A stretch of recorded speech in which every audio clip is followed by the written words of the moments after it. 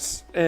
Don Pedro Baños, militar español, coronel del Ejército de Tierra, de Infantería, es especialista en geoestrategia, en seguridad, experto también en terrorismo yihadista, y desde el 2012 está usted en situación de reserva. Es colaborador televisivo habitual, muy conocido, y ha sido el primer militar que ha tenido un programa de televisión, La Mesa del Coronel, hasta el 2019, en el Canal 4.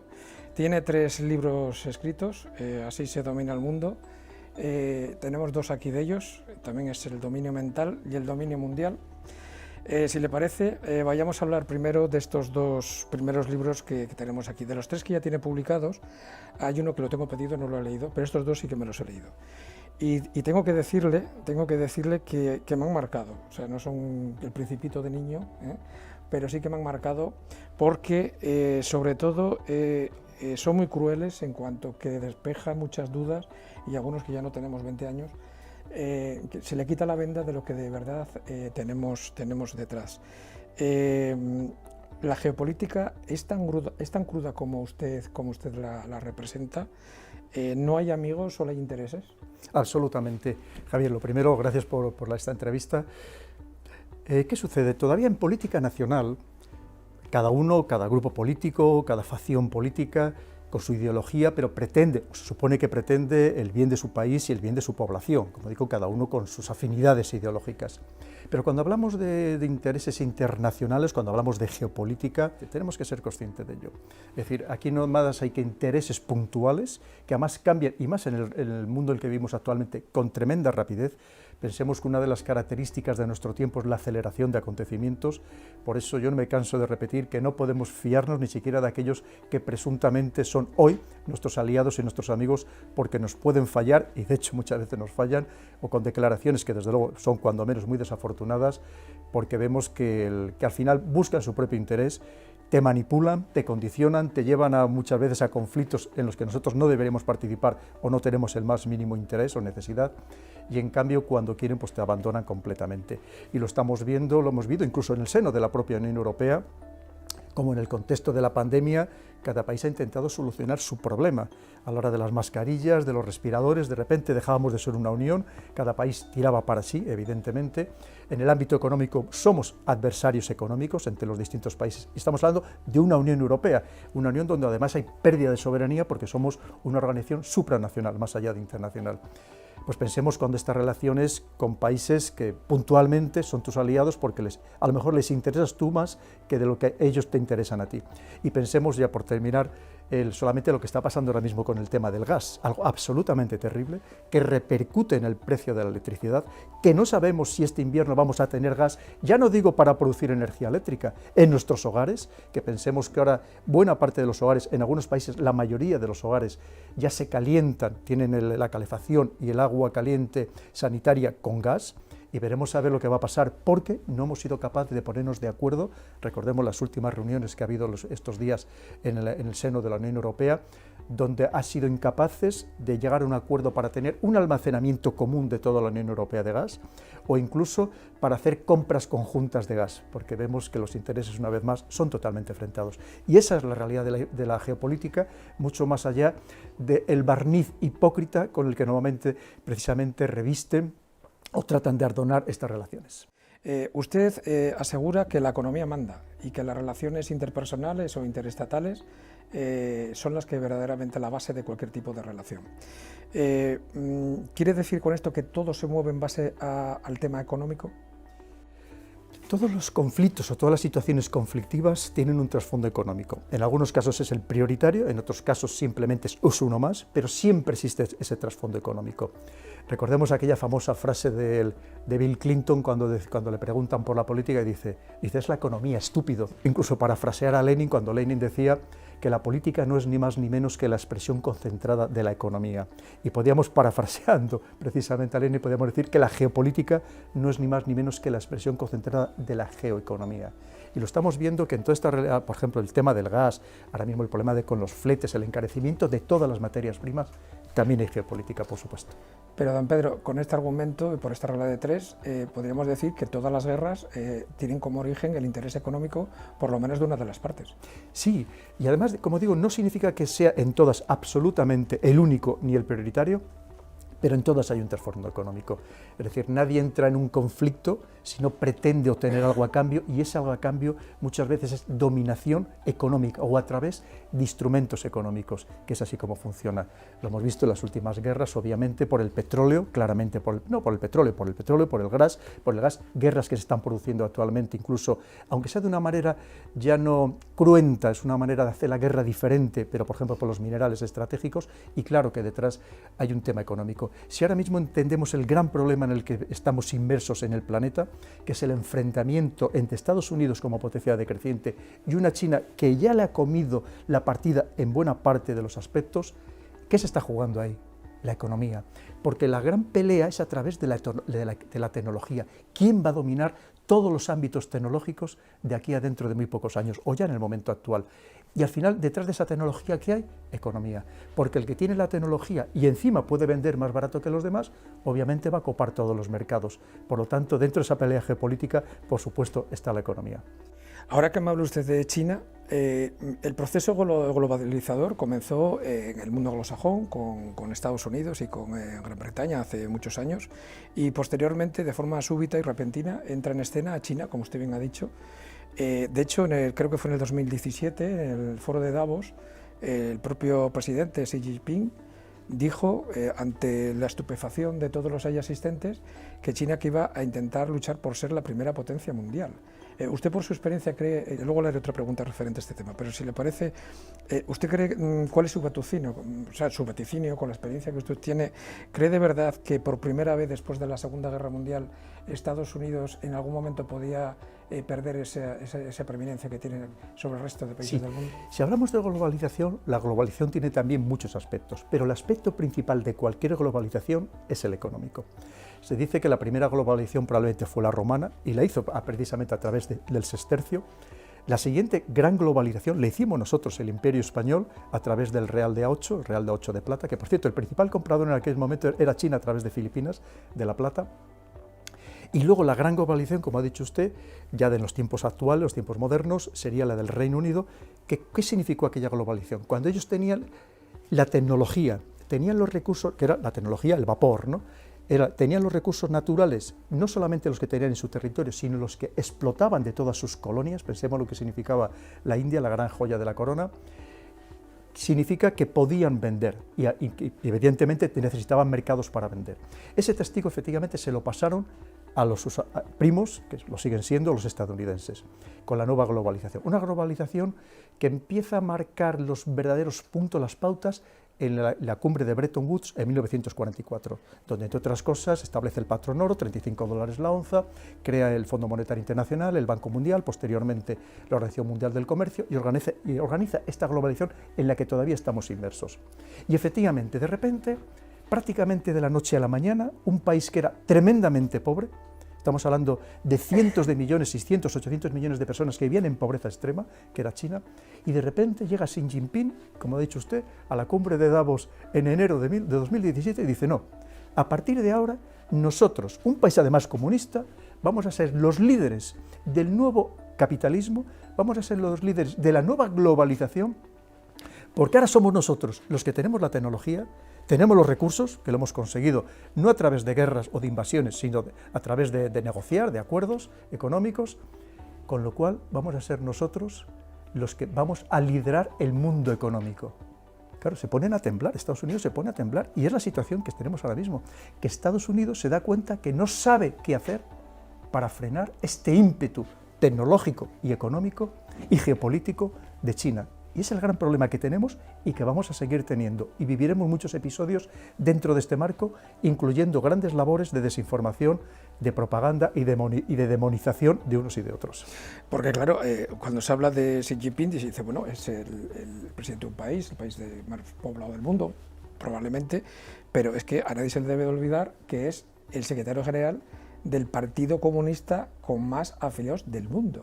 Entonces, entrar en escena en todo aquello que han detestado a nivel de imagen, a nivel de filosofía de partido y a nivel de filosofía de vida, capitalismo salvaje, neoliberalismo, globalización, parece un poco, no extraño, sino que es antitésico total de todas aquellas propuestas que ellos tenían de cara al resto del mundo. Esto, como usted que tiene muchos más conocimientos, por supuesto que todos los que estamos aquí, ¿esto cómo se conjuga? ¿Cómo se entiende?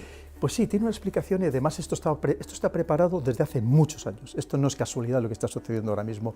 En cierto modo es un poco como pasa dentro del mundo cristiano, mientras que los católicos, por ejemplo, seguimos con esa filosofía de que un rico nunca puede llegar al reino de los cielos, recordemos que era más difícil que incluso que un camello pase por el ojo de una aguja, pero en cambio los protestantes y concretamente los calvinistas piensan todo lo contrario, que las personas tienen que ser ricas porque al enriquecerse ellas enriquecen al conjunto de la sociedad y que el conjunto de la sociedad a su vez tiene que ser rica para satisfacer las necesidades de los ciudadanos que no han podido ser ricos. Y esa es la filosofía que de repente, cuando llega Deng Xiaoping en 1978 al poder, aplica. Es decir, por supuesto vamos a seguir siendo comunistas en el sentido de que vamos a satisfacer las necesidades, pero a través de la riqueza. Recordemos el principio marxista-leninista principal, ¿cuál es? De cada uno según sus posibilidades, a cada uno según sus necesidades. Ellos dicen, sí, vamos a satisfacer necesidades, pero a través de ser ricos. Y por tanto, además, a cada uno le vamos a dar, depende de su trabajo, depende de su esfuerzo, depende de la labor que esté desarrollando en beneficio de la sociedad. Y empieza a sacar aquellas frases que asombraron al mundo en aquel entonces, y hay que leer muy bien los textos de Deng Xiaoping, cuando dice, no, ¿cómo es esto de que para ser socialista hay que ser pobre? Y empezó a decir, enriquecerse es glorioso. Fíjate, y dices, ¿por qué? Porque solo si somos ricos podremos efectivamente satisfacer las necesidades del pueblo, sacar a cientos de millones de personas de la pobreza, podremos tener una voz en el mundo, podremos tener un buen ejército, unos buenos servicios de inteligencia, una buena diplomacia, necesitamos ser ricos. Y aquella otra frase tan famosa de, me da igual que el gato sea pardo que sea negro, lo importante es que cace ratones. Y ellos además aprenden otra cosa muy importante, de cómo el error que entienden ellos que comete Gorbachov en su momento, de simultanear la glasnost y la perestroika, es decir, la apertura económica y la apertura política. Ellos han dicho, apertura económica, toda la del mundo. Yo quiero que el que estudie y trabaje, y se lo dicen a los chicos, a los jóvenes, quiero que seas rico, quiero que ganes mucho dinero, para ti, para tu familia y para todo el Estado. Pero ojo, vamos a seguir siendo comunistas. Y de hecho ahora mismo en las escuelas se estudia el pensamiento de Xi Jinping, que hay que decir que tanto él como el primer ministro han modificado hace un par de años la Constitución para que puedan ser reelegidos a perpetuidad, es decir, que lo van a ser a perpetuidad, los nuevos Maos. Entonces, ¿qué sucede? Que dentro de este pensamiento de Xi Jinping, lo primero que se les enseña es amar por encima de todo al Partido Comunista Chino, porque saben que, entre otras cosas, es el gran elemento aglutinador que da cohesión a toda la población, para que también tiene sus problemas, evidentemente, hay también una cincuentena de etnias, tienen problemas en el Tíbet, tienen problemas en Turquestán Oriental, en el Xinjiang, con los uigures, y no quieren que eso se les desmorone. Y además, dicen, efectivamente, y luego han tenido otra genialidad, que también otro elemento aglutinador es el confucianismo, que es más que una religión, es una filosofía de vida en la que lo individual se subordina a lo colectivo y que además donde hay un gran respeto a la autoridad, empezando por la autoridad familiar, para que veamos que esos son sus grandes elementos aglutinadores. Y como digo, es que lo que está pasando ahora, Javier, esto fue planificado a partir de principios de los años 80.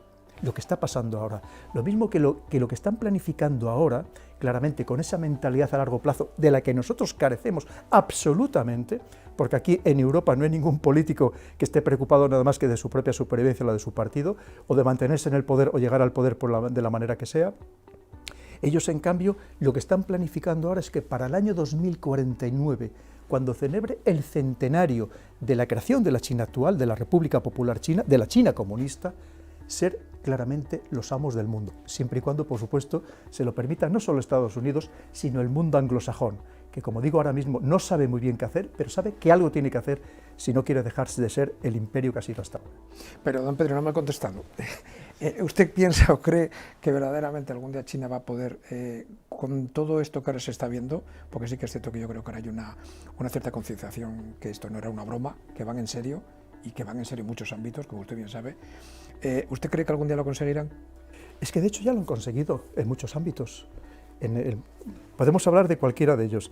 Si hablamos de la preeminencia que hasta ahora mismo había tenido Estados Unidos en el ámbito ciberespacial, por ejemplo, con sus grandes empresas tecnológicas, estamos hablando de las famosas GAFAM, Google, Amazon, Facebook, Microsoft, ellos ya lo han replicado con las BATs, y además de las BATs tenemos que sumar Huawei. Huawei, que ya es la empresa que más patentes internacionales registra en todo el mundo, con una, además, efectivamente, ya buena parte de las compañías eléctricas del mundo utilizan todos sus sistemas hardware, y para qué vamos a hablar de lo que viene del 5G y del 6G, que ya está experimentando. ¿Qué hablamos de los satélites, Javier? Los satélites, hasta ahora mismo, quien había dominado todo este ámbito del GPS, de los sistemas de posicionamiento global, ha sido Estados Unidos. Es el que utilizamos todos nosotros en el mundo occidental. Es más, ni siquiera el Galileo europeo, que sigue sin funcionar, el GLONASS ruso también es muy limitado, pero en cambio resulta que desde hace ya 6 meses el sistema Beidou, el sistema de posicionamiento global chino, es muy superior al estadounidense. Tiene más satélites en órbita y, por si fuera poco, ya es por supuesto planetario, y además colocado a 3 órbitas distintas, incluyendo órbitas geosincrónicas y geoestacionarias. Es decir, ¿quién va a parar eso? Y pues lo podemos seguir en todos los ámbitos. El otro día entrevistaban al general jefe de la Fuerza Espacial de Estados Unidos, creada por Trump no hace muchos años, y le preguntan, hablando de los problemas a los que se enfrentaba la futura misión espacial estadounidense para volver a poner seres humanos en la Luna, que pretende llevar una mujer y un hombre, probablemente ya para el 2023. Y dice, no, el principal problema, el periodista pensaba que le iba a contar, hombre, pues a un problema tecnológico, de que estalle el cohete en el aire, yo qué sé. Pero el principal problema que tenemos es China, que se nos da adelante China, que está avanzadísima.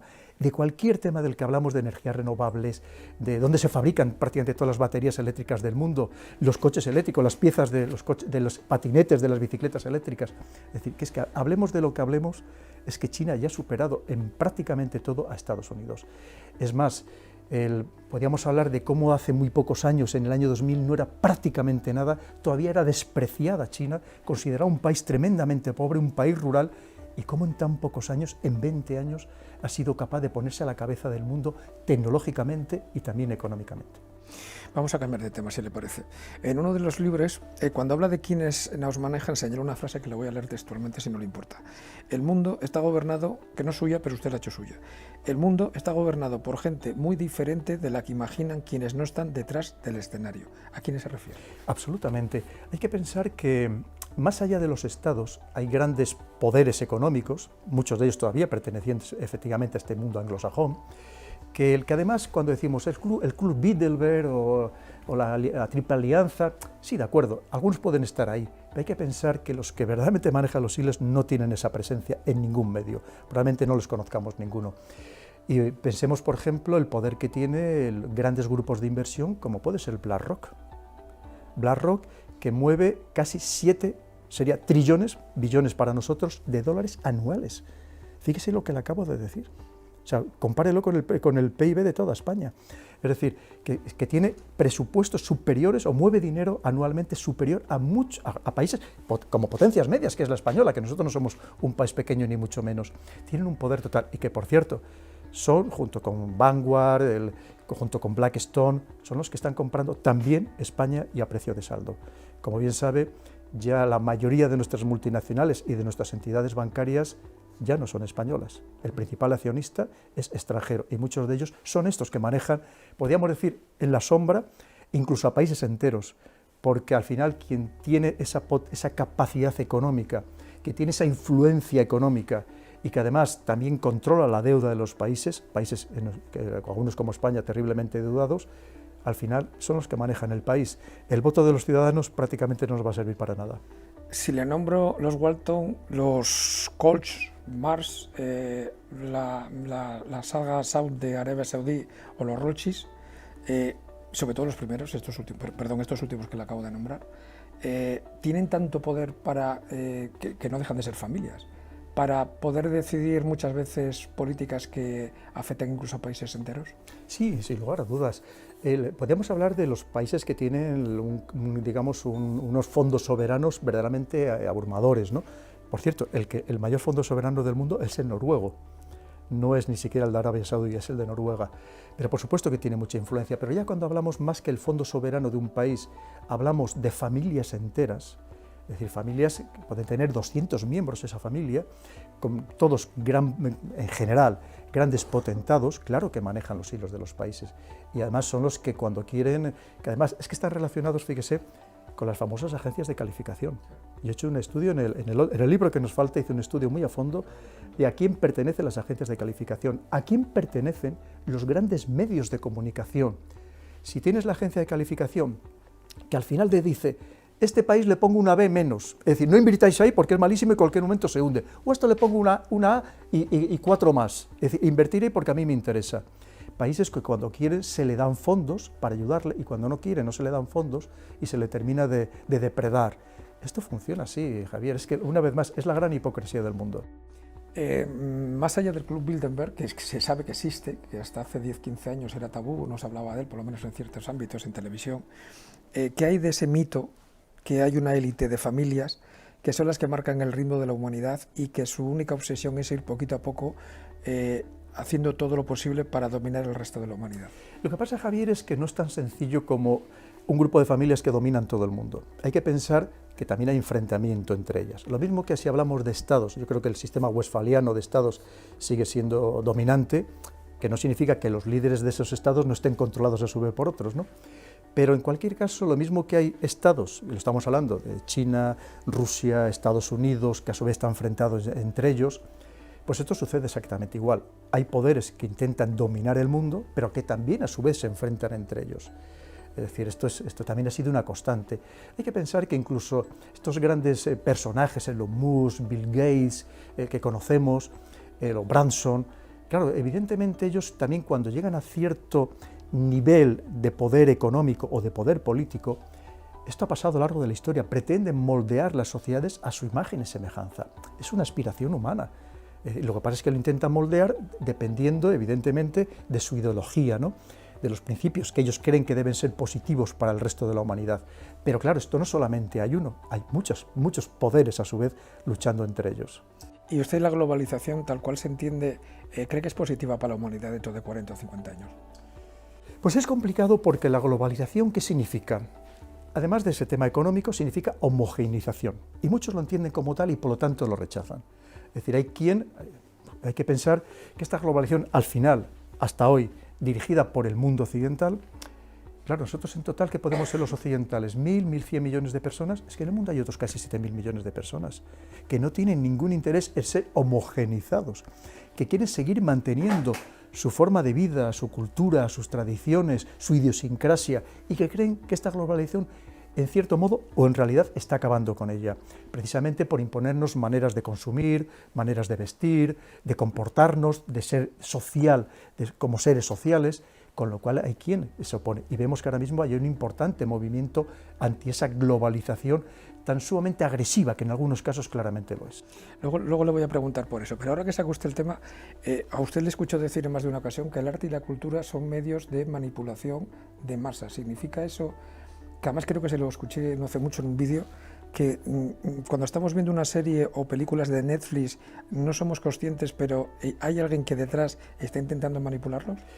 Sí, hay varios flecos de esa pregunta que podríamos tocar. Lo primero es que lo que son los medios de comunicación siempre se han utilizado evidentemente para influir en la sociedad. Pensemos cuando surge la radio es empleada en todos los escenarios precisamente para comunicar mensajes, para comunicar narrativas, tanto a las poblaciones propias como a las adversarias, como al ejército propio, como al ejército adversario. Aquí, por ejemplo, se vivió en la propia España el cómo se utilizó la radio durante nuestra guerra civil del 36 al 39. Inicialmente, quien ganó esa narrativa en las radios fueron los republicanos, porque ellos habían aprendido muy bien todo lo que es la propaganda y la desinformación creada, que prácticamente son los grandes maestros, creadas por los soviéticos a partir de la revolución de 1917. Posteriormente, los franquistas aprendieron esa lección, incluso crearon su propio departamento de propaganda y al final terminaron ganando esa narrativa a través de las radios. Pero ¿qué hace posteriormente Goebbels en Alemania? Como quería trasladar sus mensajes, que para eso era el ministro de la propaganda, como quería trasladar sus mensajes, crea una radio, obliga a fabricar una radio muy barata, para que la compraran todos los hogares alemanes y hacerles llegar ese mensaje. Claro que se han utilizado los medios. Posteriormente eso ha sucedido con el cine. Estados Unidos ha sido el gran maestro de la manipulación a través del cine. ¿Cómo ha conseguido, por ejemplo, lo ponía también en el libro que no tenemos aquí, cómo en encuestas que se han realizado en Francia después de la Segunda Guerra Mundial, nada más termina la Segunda Guerra Mundial, más del 80% de los franceses, cuando les preguntaban, pensaban que la Segunda Guerra Mundial, se había ganado gracias al esfuerzo de los soviéticos. A base de las películas, en las últimas encuestas que han seguido haciendo, ha sido al contrario, el 80% de los franceses piensan que la guerra la ganaron los estadounidenses, cuando en realidad fue una combinación de la fuerza tecnológica industrial de Estados Unidos y de todos los muertos que puso la Unión Soviética. Pero para que nos demos cuenta de la importancia que tiene, y lo sigue teniendo absolutamente de una manera esencial, el cine para mentalizar, evidentemente, pues de las bondades de las guerras, a donde hemos ido, para demonizar enemigos. En cada momento hemos visto cómo eran los soviéticos, de los soviéticos pasaban a los musulmanes, a los islamistas, de los islamistas están pasando otra vez a los rusos, para que nos demos o a los chinos, que nos demos cuenta de la importancia que tiene, por supuestísimo. Y luego además, ya si hablamos en el tema de las plataformas digitales, porque sabemos que sobre todo la gente más joven cada vez ve menos la televisión convencional y ve más las televisiones en estas plataformas digitales, ¿qué sucede? Que también hay una gran manipulación. Lo primero que tenemos que decir es que la primera manipulación viene intentándonos conocer bien a través de esas plataformas, porque cuando nosotros vemos una película o una serie, también la película o la serie nos está viendo a nosotros, y nos está valorando, nos está catalogando, y por eso luego nos dice, películas o series recomendadas para usted, porque nos conoce perfectamente a nuestro perfil.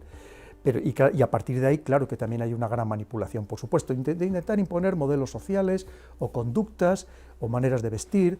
Vemos, por ejemplo, cómo cuando se ha querido, cómo se ha prohibido que aparezca gente fumando, cuando en su momento se potenció que apareciera a través de Edward Bernays, uno de los grandes manipuladores psicológicos, sobrino de Sigmund Freud, hace unos 100 años, como se hizo todo lo contrario, se hizo una campaña muy agresiva para que aparecieran los grandes personajes fumando, para potenciar el uso de fumar, el uso del tabaco, y en cambio es todo lo contrario. Por supuesto que nos manipulan y nos llevan por los caminos que quieren. Ahora que habla usted de dominación de masas, usted siempre dice que una de las cosas por las que más nos dominan es por el miedo. ¿Usted cree que en esta pandemia, lo que ha ocurrido a nivel mundial, se les ha ido un poquito de la mano el imponer tanto miedo? Pues sí, porque además, con el riesgo que tiene, como cuento en el último libro, en el dominio mental, el riesgo que tiene de crearse ese efecto, que era un efecto que creo que casi nadie conocía hasta que lo puse en el libro, el efecto nocebo. Es decir, todos conocemos el efecto placebo, de que cuando vas al médico y te dice, mira, usted tomes estas pastillitas que seguro que se va a curar, y sales de allí reconfortado, y lo más probable es que te cures. Pero claro, si el médico te dice todo lo contrario, mire, usted no tiene solución, le quedan 4 días, pues lo más posible es que efectivamente solo te queden 4 días, ¿no? Para que veamos la importancia que tiene nuestra mente en el comportamiento del resto de nuestro cuerpo. Y claro, cuando nos han metido tanto miedo constantemente en la televisión, tantos muertos, tantos contagiados, era un dato constante, y es verdad que aquí se ha intentado evitar imágenes propias de España, pero te daba igual, te las sacaban de otro país, de cualquier sitio, la gente muriendo por la calle, unos dramas absolutos. Eso ha perjudicado psicológicamente a muchas personas. Es más, se ha disparado el uso de ansiolíticos, de somníferos, precisamente por esa situación. A personas que no habían estado afectados, ni ellos ni su familia, solamente por el impacto de ver esas noticias y ver esas imágenes sistemáticamente en los medios de comunicación. Pero, don Pedro, yo le voy a dar mi opinión, que no soy muy modesta. Yo creo que a nivel de gestión de muchos países ha sido un absoluto desastre, un desastre. Países colindantes que tenían normas de seguridad totalmente distintas unas a otras, y no le digo ya países como el nuestro, en el que dentro del propio país tenemos 17 comunidades autónomas dictando normas que incluso algunas con otras no eran ni compatibles en cuanto a viajes y demás, ¿no? ¿Usted no cree que esto y lo que ha ocurrido el día de mañana, si hay nuevas pandemias, como algunos gurús vaticinan por desgracia, la población, viendo el resultado, va a estar un poco como más recelosa a la hora de hacer caso a esas imposiciones tan drásticas que ha tenido los gobiernos con respecto a los ciudadanos? Efectivamente. ¿Qué sucede? Ha habido una gran Primero ha habido que los propios dirigentes, los propios líderes de los países también estaban muy despistados porque nadie sabía exactamente lo que estaba pasando. Es más, es que todavía nos quedan muchas dudas por resolver, Javier. Es decir, todavía estamos esperando que venga la Organización Mundial de la Salud y nos diga de dónde ha surgido esta pandemia. que de momento nadie nos lo ha explicado y sigue habiendo muchas teorías. Y el problema es que cuando, ante una situación tan dramática como esta, y nadie te lo explica con claridad, obviamente surgen todo tipo de teorías, y es lógico, cuando además hemos visto que nuestros propios dirigentes, por abrir el espectro, en general europeos occidentales, han pegado unos bandazos tremendos. Lo mismo te decían una cosa que te decían la otra. Recordemos, aquí tenemos casos todavía recientes, al margen del tema de las mascarillas, de que cuando no eran necesarias y una vez que había ya no las teníamos que poner, pero incluso recordemos lo que ha sucedido recientemente, cuando no había vacunas para poner la segunda dosis de AstraZeneca, que empezó a haber problemas además de que sí podían tener contraindicaciones muy acusadas, que parece que era exactamente igual que las de las demás vacunas, pero ahí también había intereses económicos y geopolíticos. Entonces, ¿qué sucede? Que recordemos que cuando nos estuvieron diciendo es absolutamente imprescindible ponerse la segunda dosis de la vacuna, creo que era a los 21 días, porque si no, no sirve para nada. Y de repente, cuando no había dosis suficientes, dijeron, bueno, no pasa nada si te la pones 2 o 3 meses más tarde. Vamos a ver, ¿me estabas tomando el pelo antes o me lo estás tomando ahora, ¿no? Es decir, ha habido muchísimas cosas que han llamado la atención, ¿no? Y podríamos poner algún ejemplo más. Y es cierto que tampoco ha habido ningún país que haya acertado con ninguna fórmula. Es decir, nadie ha tenido la fórmula mágica. Países que pensábamos que estaban acertando, de repente han caído en el hoyo, países que parecía que estaban en el hoyo, de repente parecía que avanzaban más rápidamente que los demás, tampoco ha tenido ninguna fórmula mágica. Y al respecto de eso, por supuesto que va a seguir habiendo pandemias. Es que tenemos la pandemia de la gripe todos los años, es que se nos ha olvidado que antes de la COVID, pensemos que todos los años en España, al menos 800.000 personas se contagiaban de gripe, de las cuales 50.000 ingresaban en un centro hospitalario y de las cuales al menos fallecían 15.000 todos los años. Es decir, que por supuesto que va a seguir habiendo, porque nosotros somos bacterias, somos virus, nos rodean por todos los lados, los animales que nos rodean o las plantas tienen bacterias y tienen virus, y por supuesto que va a seguir habiendo todo, y porque además van mutando, como vemos, se van adaptando también al medio ambiente, y por supuesto que habrá otras pandemias. Ojalá esto sirva precisamente para poder extraer lecciones positivas, entre otras cosas, que hay que dotar a la ciencia de más medios, porque recordemos que hace muy pocos días, por fin, después de casi 30 años, tenemos la vacuna de la malaria, después de 30 años. Y decimos, ¿y cómo es posible que hayamos sacado vacunas contra la COVID prácticamente en 6 meses? Por el esfuerzo económico y político que se ha puesto en sacar esas vacunas. Como para la malaria, bueno, decía, si al mundo occidental ya casi no nos afecta, pues no se ponía el suficiente dinero. Entonces, como no se ponía, se ha ido dilatando en el tiempo y ojalá precisamente se inviertan en más recursos en ciencia y sobre todo en ciencias de la salud y de la vida, que creo que es lo más importante. Pero como bien dice usted, ha habido discursos muy contradictorios que han confundido a la población a nivel mundial. Por ejemplo, y ya que usted que lo nombraba antes, Bill Gates, en su momento, a través de su fundación, era de su mujer, Melissa, creo que fueron 1.500 millones de dólares los que donaron para el tema de la vacuna. Y de golpe y porrazo cambia todo el discurso porque entienden que la propiedad intelectual de las vacunas está por encima de lo que es el tema de llegar a ciertos países. Se montó tal escándalo que tuvieron que rectificar rápidamente y al final volvieron a dar más dinero porque decían que lo más importante era salvar vidas humanas. Pero ¿usted no cree que esto verdaderamente afecta la credibilidad de todos esos discursos que nos llegan y que hay gente que el día de mañana, y vuelvo a lo mejor un poquito con lo anterior, hemos incentivado entre todos la irresponsabilidad futura?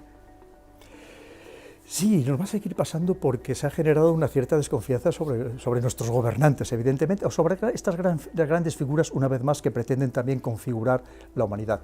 Pero el otro día he de decir que estuve con una persona precisamente de las que había colaborado en la elaboración de esta vacuna de la malaria, el desarrollo de esta vacuna de la malaria, y decía que si no hubiera sido gracias al dinero que había aportado Bill Gates, probablemente todavía estuviéramos esperando por esa vacuna. Pero es verdad que al margen de eso, que seguro que también persiguen sus propios intereses de dominio, que muchas veces van más allá de los económicos, porque económico creo que ya mucha falta no le hace, ¿no? De intentar al final estar un poco en todos los sitios donde puede tener una influencia sobre la humanidad, que al final pues no deja de ser, como digo, también ejercicio de dominio. Mire, vamos a cambiar de tema, si le parece, y vamos a hablar precisamente del poder de esos grupos de presión.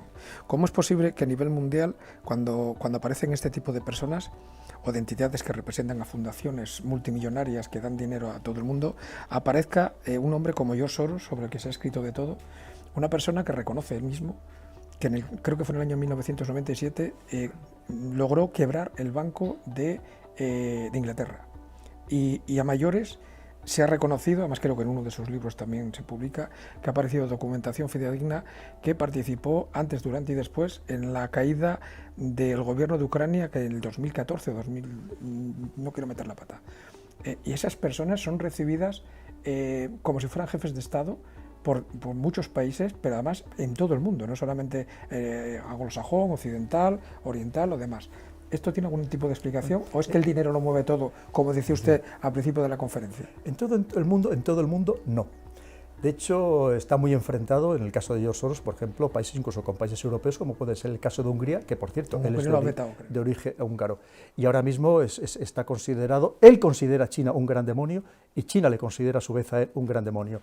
De hecho, BlackRock, el que pretende hacer grandes inversiones en China, que a China le vienen bien, y George Soros, en sus artículos publicados en la prensa internacional, que podemos leerlos, está absolutamente opuesto a que BlackRock, anglosajón, haga esas inversiones en China por precisamente la animosidad que tiene contra China, entre otras cosas por cuestiones ideológicas. Con Rusia ya ni le cuento, o sea, son enemigos a muerte, ¿no? Putin y Soros creo que se odian, vamos, creo que se tienen mutuamente puesto allí unas dianas y se tiran dardos todos los días. Pero es verdad, una vez más, son personas que tienen una gran influencia a través de la economía, una gran influencia, que son capaces de mover economías de casi, no digo de países enteros, pero que sí una parte de las economías de esos países, que además a través de sus múltiples fundaciones y de sus múltiples relaciones económicas, pues efectivamente penetran absolutamente todo, y cuando digo todo, digo medios de comunicación, think tank, analistas, periodistas, políticos, nacionales, internacionales, en todos los ámbitos.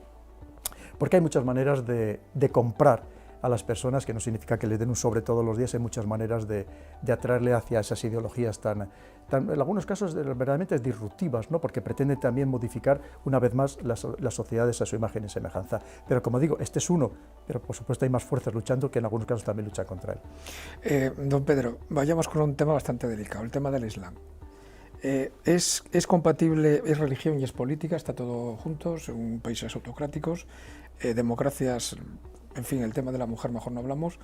¿Usted cree que es compatible con las democracias occidentales de cara al futuro un sistema que quiere aglutinar absolutamente todo el espacio vital de las personas y de los grupos humanos? Sobre el Islam hay que ser muy prudente y sobre todo respetar a los musulmanes, que estamos hablando de 1.600 millones de personas. El problema del Islam son aquellos que pretenden dirigir, precisamente también de una manera torticera, pretenden dirigir o llevar las riendas del Islam. Porque el Islam lo convierten en mucho más que una religión, lo convierten en un proyecto político, un proyecto de dominación sociopolítica, clarísimamente. Esto ha sucedido a lo largo de la historia, tenemos que leer mucha historia y tenemos que leer también los fundamentos del Islam y lo que ha pasado en otros países, incluso en la historia reciente, clarísimamente.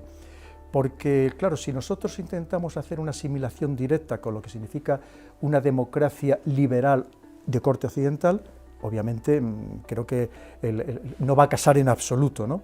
Otra cosa es que, digamos, es otro modelo de democracia, porque al final en el mundo hay muchos modelos de democracia. Recordemos que según la unidad de análisis de inteligencia de The Economist, una revista teóricamente de prestigio, dice que en el mundo solamente hay 20 democracias puras, y a España nos pone en uno de los últimos lugares de esas 20, en el 18, el 19 normalmente, y aún así fíjese los problemas que tenemos aquí. Imagínese cómo son las demás, ¿no? O sea, esto de la separación de poderes o en fin, la corrupción, pues campa a sus anchas, ¿no?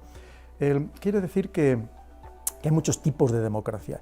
Claro, ellos lo que dicen es, cuando nosotros hemos dado la opción de votar, democráticamente hemos ganado las elecciones los más radicales, los más islamistas. Tenemos el caso en los años 90 en la Argelia, que cuando ganó el FIS, el Frente Islámico de Salvación. Tenemos el caso después en el marco de las revueltas árabes, mal llamadas primaveras árabes, en Egipto, cuando democráticamente votan y salen los hermanos musulmanes, evidentemente absolutamente rigoristas. Entonces, claro, pero ellos entienden que digamos, una muestra de democracia el que hayan votado y que hayan ganado ellos.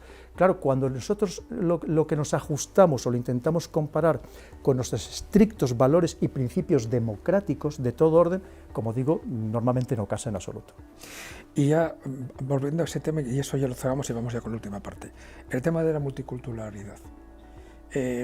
Europa, muchos países europeos, desde hace muchísimo tiempo, intentaron, como fuera, todas las nacionalidades, intentar que todas convivieran y demás. Ahora pues está surgiendo una serie de países, Noruega, Suecia, que están teniendo unos problemas terribles. Estamos hablando también de los suburbios de París, estamos hablando también que en el Reino Unido empiezan a tener también problemas en los que se está hablando que hay espacios en los que se está implantando la Sharia. Que se ha implantado hace tiempo.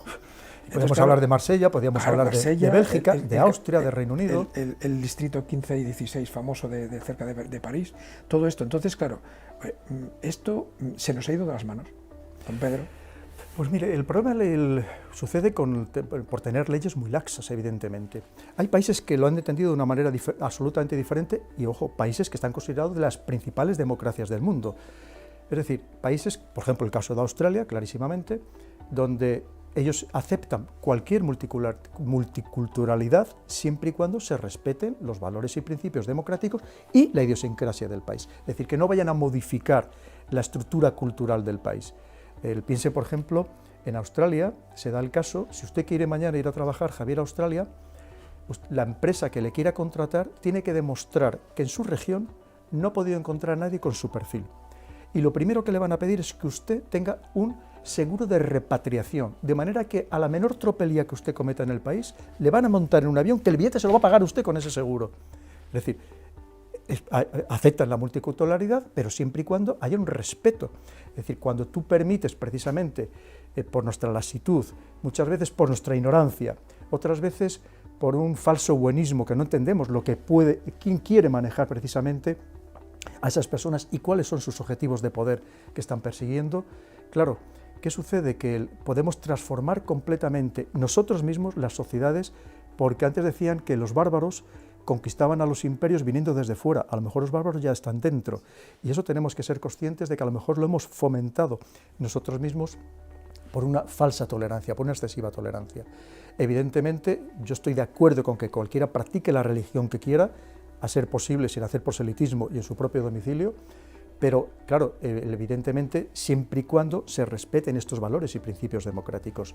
El problema surge cuando determinados grupos culturales o religiosos empiecen a ser mayoría por una mera cuestión demográfica, que además también estamos alimentando por una mera cuestión demográfica, y ellos cambien democráticamente, cambien las normas, cambien nuestros valores y principios. Ese es el gran riesgo al que nos estamos enfrentando, y evidentemente la situación desde luego va a más, como estamos viendo, no va a menos, pero la culpa la tenemos nosotros mismos. No significa no ser tolerante, no significa no ser buena persona, no significa no aceptar a inmigrantes, que somos, además en el caso de España, somos un país de inmigrantes, raro que no tenga alguien en su familia, de sus antepasados más directos, que no tenga algún inmigrante, o todavía probablemente lo tenga.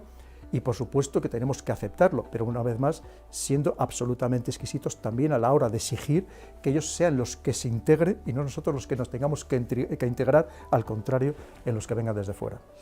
Don Pedro, y viniendo a eso que me dice usted, ¿cree que a lo mejor lo que ha ocurrido, por ejemplo, en Dinamarca, que el gobierno recientemente acaba de decir que todos aquellos inmigrantes que cobren del erario público cualquier tipo de ayuda, si no trabajan, van a tener que hacer servicios públicos como si estuvieran trabajando? Eso hace 10 años sería racismo, xenófobo, trabajos forzados y demás. Y lo ha hecho un gobierno socialdemócrata, o sea, más allá de alejado de ese tema. ¿Usted cree que esto es una señal para el resto de países de decir, bueno, vale, está muy bien hasta ahora, pero hasta aquí hemos llegado? Es decir, a partir de ahora esto ocurrió, pero tenemos que cambiar. ¿Cree que eso es un mensaje o es un caso aislado? ¿O cree que hay países como España, por ejemplo, que no estamos preparados con todo lo que está pasando ahora para hacer un debate serio sobre el tema de la inmigración, basado en lo que usted dice precisamente, que no deja de ser una pirámide económica y social para el día de mañana, no hacer lo que se pasó aquí de regularizar masivamente a personas que a lo mejor no tenían ningún tipo de trabajo dentro del país? ¿Qué se hacía luego con esos? ¿Qué opina usted de esto? Sí, claro, además hay que pensar que precisamente esos países que usted ha citado, los países escandinavos, podemos añadir incluso Finlandia, Suecia, Dinamarca, Noruega, son los países donde ha sido el ejemplo de esa socialdemocracia, los más avanzados en derechos sociales, en ventajas sociales, de todo tipo. También es verdad que son poca población, son países ricos, como es el caso de Noruega, con poco más de 5 millones de habitantes, y un país, como comentamos antes, con el mayor fondo soberano del mundo, ¿no? Con lo cual es fácil también ser generoso. Pero se están dando cuenta de que se han cometido errores, ¿no? Errores porque al final el político tiene que ser responsable de mantener la cohesión, la coherencia y la estructura nacional, ¿no?, del país. Y se dan cuenta de que a lo mejor no iban en el camino correcto, que una vez más no significa dejar de ser social, por supuestísimo, tenemos que seguir siendo sociales, clarísimamente, por lo menos esa es la vocación que yo tengo personal, pero al mismo tiempo también ser conscientes de que hay que exigir a las personas que viven en una sociedad, de que no solo se tienen derechos, que también se tienen responsabilidades, también se tienen obligaciones, y hay quien los está vendiendo, simplemente por puro populismo, está vendiendo decir, oye, no te preocupes, ya has nacido, lo vas a tener todo gratis. No sé dónde voy a sacar el dinero, pero tú no te preocupes, que ya no te vas a tener que esforzarte, que trabajar, ni que estudiar, porque además todo te va a venir dado. Y yo creo que eso es pernicioso para las sociedades en su conjunto. Una vez más, China, por ejemplo, está avanzando en el sentido absolutamente inverso, pero no solamente China, todos los países de Asia, que es a donde se ha desplazado el peso de la economía mundial, es lo que están haciendo. Y estoy hablando de Singapur, estoy hablando de Corea del Sur, de Taiwán, de Japón, es decir, no solamente de China. Y mientras nosotros parece que hemos entrado voluntariamente en una fase de descomposición, lamentablemente, y eso es intolerable. Y yo creo que hay países que sí que han caído en la cuenta de lo pernicioso que era esa excesiva generosidad malentendida, Por supuesto hay que ayudar al necesitado, por supuesto, tanto a las personas que permanentemente, por discapacidades que tengan, no puedan trabajar, o personas que puntualmente, por lo que se han perdido el trabajo, y hay que ayudarles, por supuestísimo, pero eso, claro, también tenemos que tener la otra parte, de tener una parte de exigencia y otra parte de mentalizar de que vivimos una sociedad que efectivamente también tenemos que ser corresponsables todos y que todos tenemos que arrimar el hombro para sacarla. Vamos a ir acabando ya. Vamos a ir con un tema que usted domina como nadie. ¿Qué es lo que ha pasado? ¿Qué es lo que ha pasado en Afganistán para que la OTAN y Estados Unidos hayan fracasado tan estrepitosamente? Pues lo primero, no entender la idiosincrasia del pueblo afgano y básicamente de los pastunes, que son más del 50% de la población. Una vez más, quizá con nuestra prepotencia o la prepotencia estadounidense, que fue la que nos arrastró a todos los demás a ir a Afganistán, claro, pensaban que ellos lo que no habían podido solucionar ni en su momento los británicos, ni posteriormente, por no remontarnos a la historia de más atrás, o Alejandro Magno, no habían podido solucionar ni los británicos ni los soviéticos, con todo el esfuerzo que iban a hacer los soviéticos en esos 10 años que estuvieron, pues ellos lo iban a hacer y además en un breve plazo de tiempo, y evidentemente se equivocaron, porque no tenía solución.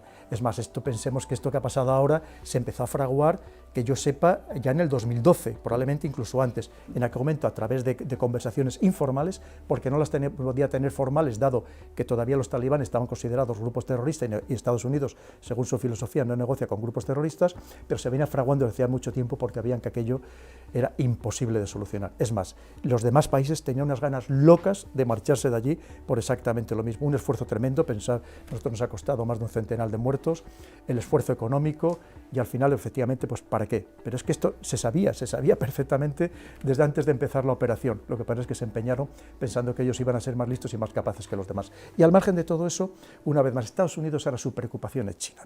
Lo demás, los talibanes, y de hecho le están lavando la imagen para que parezca que tan mal no ha quedado el país, con estas ayudas que les van a dar, que de hecho es reconocerles de facto, y al final decir, oye, mira, vámonos a preocuparnos de China, lo demás, esto del terrorismo yihadista, los talibanes, nos preocupa, pero ya en un plano muy inferior. Tenemos que ver los últimos documentos, por ejemplo, la última estrategia naval de Estados Unidos, publicada hace muy pocos días, que prácticamente todo es China, China, China, China. La estrategia nacional provisional firmada por Biden, además curiosamente al poco tiempo de llegar al poder, cosa muy rara porque suele salir normalmente al año de estar en el poder. Por ejemplo, en el caso de Trump salió cuando en diciembre del año que había llegado al poder, casi un año más tarde, pero lo mismo, al final de que habla, pues de China, China, China, y en cierto modo también un poquitito de Rusia, pero básicamente de China. De los demás ya prácticamente ya no lo consideran ni amenaza. Esto que ha ocurrido en Afganistán, a los que que vivimos en países occidentales, sobre todo en Europa, nos tenemos que preocupar de que el tema yihadista, terrorista, afecte directamente, es decir, que haya mayor número de atentados en Europa. Hay muchos analistas, a los cuales respeto enormemente, por supuesto, que dicen que sí. Personalmente creo que no. ¿Por qué?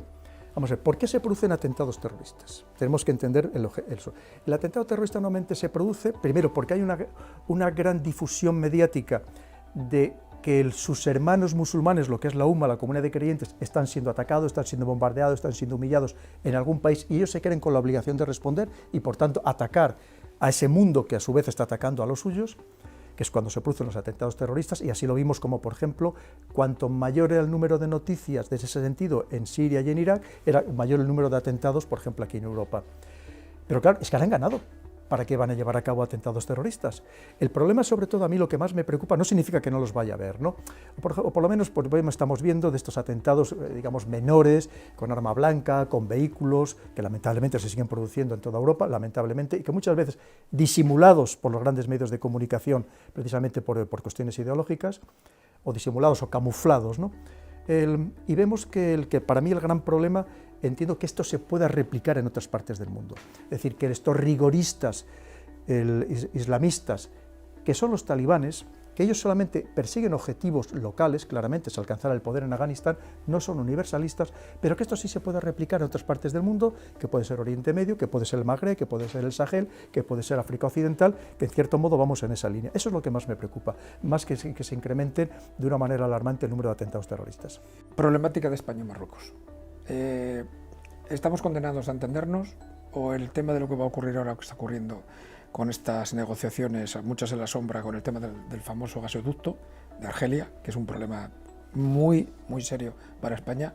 ¿Cree que nos vamos a entender o, como algunos analistas dicen, que no acaban de entender esa cantidad de miles y miles de millones de euros que está gastándose Marruecos en armamento? ¿Usted, como militar que es para preocuparse o esto son mareas que suben y bajan, pero al final, debido a la cercanía y teniendo en cuenta que es el principio de Europa, Europa va a hacer de contenedor para decir, o de dique para decir, esto no puede ir a más? Si no es para que nos preocupe, por lo menos es para que nos ocupe, cuando menos, y además nos ocupe mucho. Es cierto que todas las relaciones de vecindad normalmente siempre son complejas.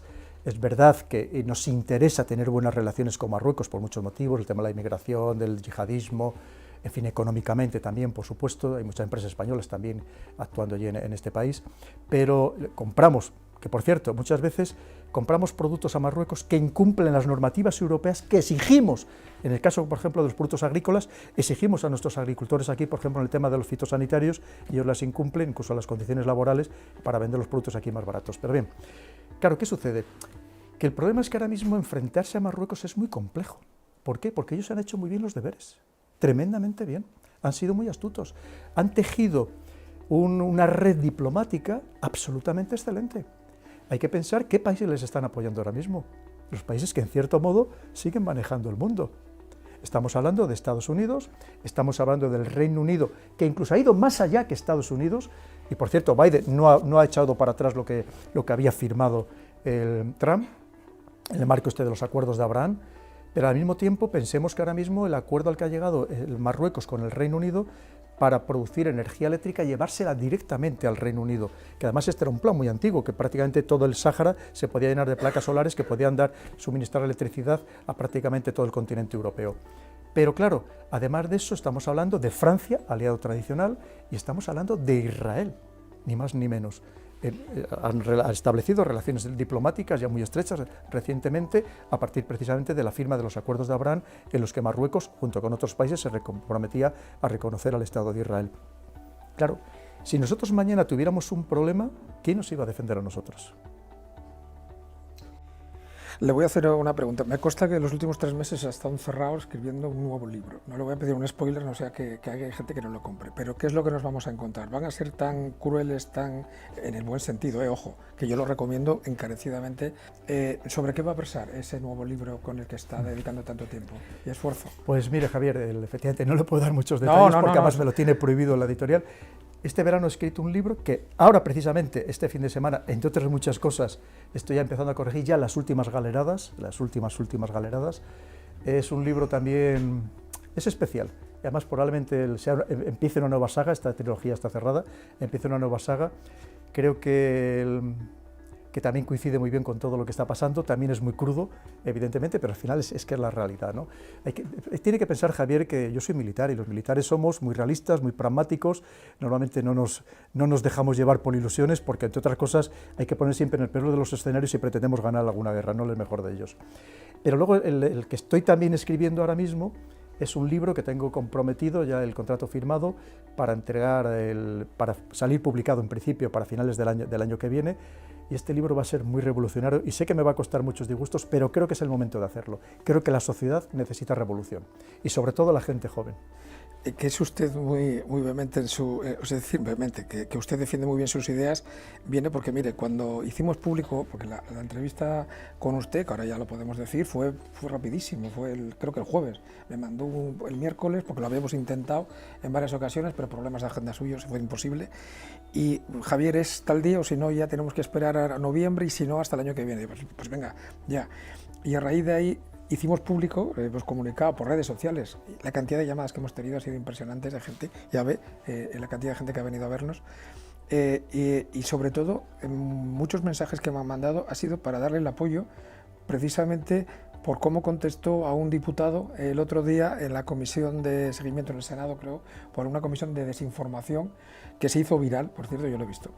Pues nada, decirle que sepa que hay muchísima gente que le apoya, que está con usted, que está de acuerdo. Y la última pregunta, usted como militar que es, ¿cree que el ejército se ha desmitificado esa imagen casposa, castrense, antigua, y que verdaderamente ha evolucionado a lo que verdaderamente es, los que verdaderamente lo conocemos, el ejército, que no deja de ser un servicio esencial para España y los españoles, como las fuerzas y cuerpos de seguridad? ¿O cree que, como bien decía usted antes, esos intereses ideológicos que todavía siguen, por desgracia, haciendo un daño terrible, sobre todo a la juventud, siguen todavía teniendo la suficiente fuerza para lo que tendría que ser ejemplo de democracia y ejemplo de cuando alguien tiene un problema? Yo me da muchísima pena ver a políticos que hablan de que la policía somos represivos o que ustedes son poco menos que el coco, en vez de educarles que si una niña de 14 o 15 años tiene un problema, o con 18 o 20, que en vez de llegar solo y borracha a casa, que llama a la policía o que llama al ejército, que les va a ayudar.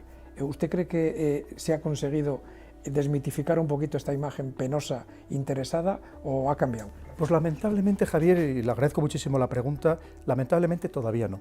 Pero no es por culpa nuestra. Nosotros hacemos todos los esfuerzos posibles, nos hemos adaptado perfectamente a la democracia. Es más, hay que decir claramente, los ejércitos en ningún lugar del mundo son una democracia.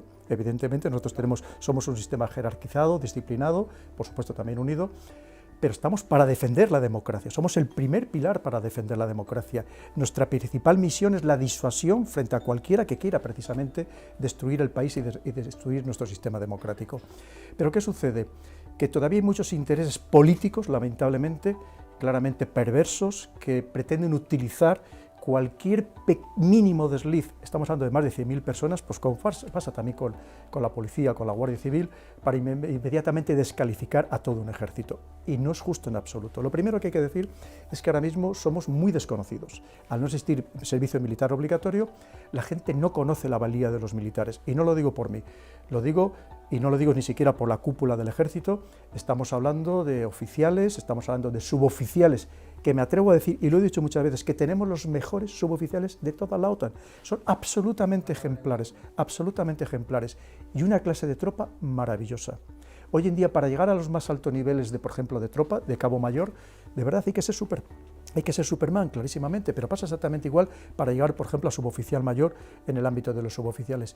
La prueba está, Javier. Hemos llevado a cabo durante más de 30 años misiones relacionadas con la paz en todo el mundo prácticamente, más de 150.000 militares de todos los empleos y jamás ha habido un problema, ningún problema importante. Fijémonos que hay otros países, incluso países europeos que conozco muy bien, que sale una sección y detrás tiene que ir un pelotón de policía militar a vigilarles por todo tipo de escándalos, y lo conozco muy bien. Jamás, mire, le podía contar tantos casos. Me contaba un capitán que cuando habían llegado a Mali, otro país, no voy a decir quién, les había dicho, mira, no, procurar no relacionados con la población civil, porque al final todos son problemas, y me decía, al mes no había un soldado español que no llevara a 2 niños malienses en los brazos, porque somos así, y somos generosos, llevamos regalos, y además hacemos una labor humanitaria desinteresada absolutamente, casi a veces hasta demasiado desinteresada, porque los demás países siempre persiguen algún interés geopolítico o económico, nosotros no. Es verdad que además, ¿qué sucede? Que al no conocernos, la gente no conoce ahora mismo el nivel intelectual, y digo, de oficiales y de suboficiales, de estudios civiles, de idiomas, de experiencia internacional. Me atrevo a decir, probablemente sin temor a equivocarme, Javier, que ahora mismo somos los servidores del Estado, que a nosotros no nos gusta llamarnos funcionarios, servidores del Estado más preparados con mucha diferencia, e incluso ya en los ámbitos más elevados, incluso que los diplomáticos. Y es de verdad, por lo mismo, porque le estamos superando en todos los ámbitos. ¿Qué sucede? Que claro, no nos conoce. Mire, le voy a poner caso. Sabe que dentro del Centro de Estudios de la Defensa Nacional, el CSDEN, se dan cursos de altos estudios militares, precisamente para políticos, también para directores, por ejemplo, de empresas públicas, pero sobre todo para políticos. Bien, pues yo he conocido políticos que me han confesado, políticos de una determinada ideología, que habían odiado prácticamente el ejército hasta ese momento, que además iba viniendo con tremendos recelos a hacer este curso y que me ha reconocido: Pedro, no sabe lo que me ha abierto los ojos. Lo que he conocido del ejército, qué valía, qué sentido de la humanidad, qué entrega, qué de verdad, qué valores democráticos, pero nos tienen que conocer.